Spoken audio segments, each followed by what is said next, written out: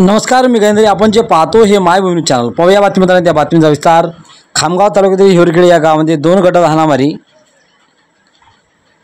13 एप्रिलला झेंडे लावल्याच्या प्रकरणामुळे व नारेबाजीमुळे गावामध्ये 2 गटांमध्ये वाद निर्माण झाला.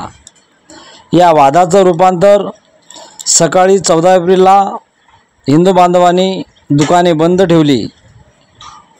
त्या कारणास्तव मनामध्ये बौद्ध समाजाच्या मनामध्ये राग निर्माण झाला व 14 एप्रिलची रॅली निघाली.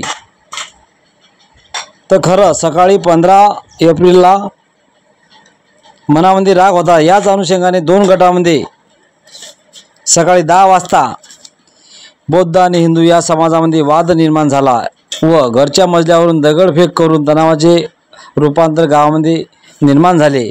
हिवरखेड ठाणेदार कलाजी चौधरी यांनी आवराआवरी केली सुद्धा तरी दोन्ही गट बाजू समजून घ्यायला तयार नाहीत. याच अनुषंगाने ठाणेदार साहेबांनी दंगा काबू या पथकाला बनवून आले.